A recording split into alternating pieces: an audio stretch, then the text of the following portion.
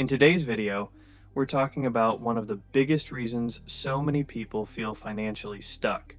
And no, it's not inflation. It's not your salary. It's not even your spending habits. It's your car. Yes, the one sitting outside right now. Every single month, millions of people send hundreds, sometimes over $1,000 to a bank for a machine that is mathematically designed to lose value, not grow, not invest, not build wealth, just depreciate.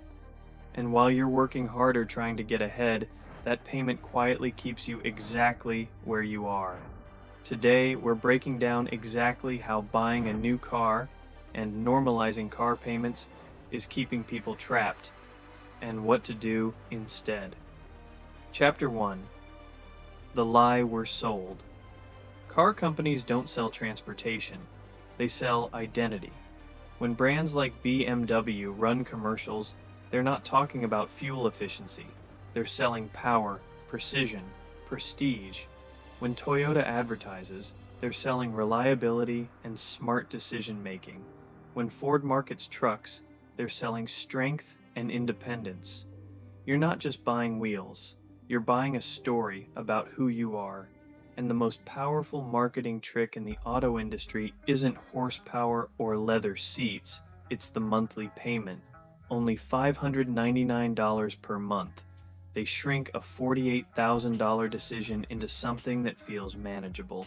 But here's what they stretch. Loan terms from 3 years to 6, even 7 years. Interest payments that quietly add thousands. Add-ons, warranties, gap insurance, protection packages. By the time the deal is done, that $48,000 car may actually cost $55,000 to $60,000 over the life of the loan, but no one celebrates that number. They celebrate the keys. Chapter 2. The Depreciation Trap. Here's the harsh truth. A new car is one of the fastest depreciating assets the average person will ever buy. The moment you drive off the lot, the car drops in value, often 10 to 20% instantly. Within the first year, many vehicles lose 20 to 30% of their value. By year 5, some cars have lost over half their original price. Imagine buying a $50,000 investment that becomes worth $35,000 in a short period and continues falling. That's not investing. That's reverse compounding. And it gets worse. Because you're not just losing value, you're paying interest while it loses value. So while your car is depreciating, your loan balance is barely moving in the early years because interest payments are front-loaded. This creates a dangerous situation called being upside down. You owe more than the car is worth. And when people get tired of the payment or want an upgrade, they trade it in, rolling that negative equity into a new loan. Now they're paying for 2 cars, but only driving one. That's how financial quicksand works. Chapter 3. The $700 Wealth Killer. Let's zoom out. The average new car payment in America is now over $700 per month. That's $8,400 per year. Over a 6-year loan, that's more than $50,000 out of pocket. Now here's the uncomfortable question. What if that $700 was invested instead? If you invested $700 per month at an 8% annual return for 10 years, you'd have roughly $130,000. In 20 years, over $400,000. One habit, one recurring payment. The difference between driving something impressive and building serious wealth. And here's the kicker. Most people upgrade every 3 to 5 years, so they never even finish the wealth-destroying cycle. They reset it again and again. Chapter 4. The Psychological Trap. This is where the damage becomes invisible. Car payments normalize debt. When someone says, "I'll always have a car payment," they've accepted a permanent obligation as normal. That mindset leaks into everything else. Financing phones, leasing furniture, using buy now, pay later apps, carrying credit card balances. The car becomes the gateway. It teaches you that monthly payments are just part of life. Instead of asking, "Can I afford this?" you start asking, "Can I afford the monthly payment?" That shift is powerful and dangerous. It keeps you living at the edge of your income. Every raise gets absorbed by lifestyle inflation. Every bonus gets eaten by upgrades. And because car payments feel standard, they never get questioned. But normal doesn't mean smart. Chapter 5.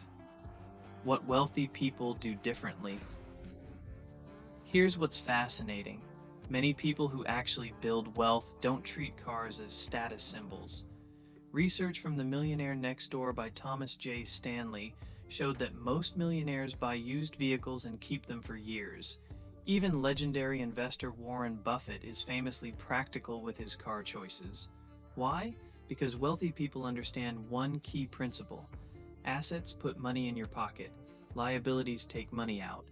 A new car is almost always a liability.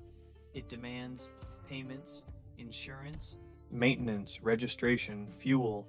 Wealthy individuals focus on buying assets first, businesses, stocks, real estate, and let those assets fund luxuries later. They delay ego. They prioritize ownership over appearance. They don't need validation from a parking lot. Chapter 6.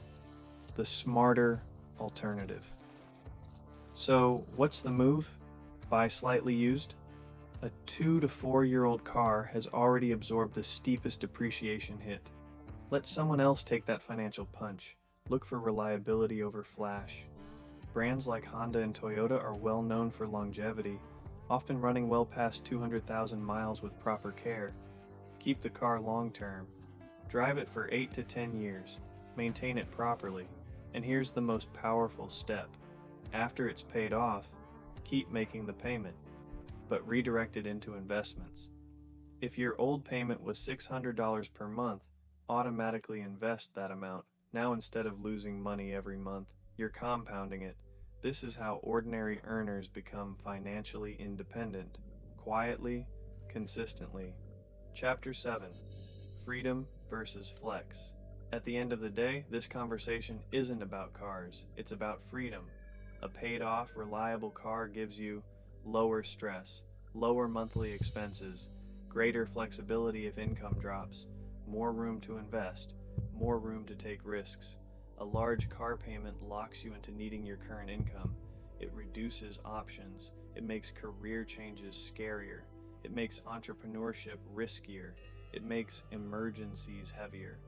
The shiny car may impress strangers for 10 seconds. Financial freedom impresses you for decades. Chapter 8. The stress and risk multiplier. A large car payment increases financial fragility. If you lose your job, that payment doesn't pause. If you want to start a business, that payment doesn't disappear. If you want to take a lower paying but more fulfilling job, that payment becomes a chain. Debt reduces options. Options create freedom. A paid-off car lowers your monthly obligations, which lowers your stress, which increases your flexibility. That flexibility is priceless. It allows you to take risks, negotiate harder, walk away from bad situations. Car payments don't just cost money, they cost leverage in your own life.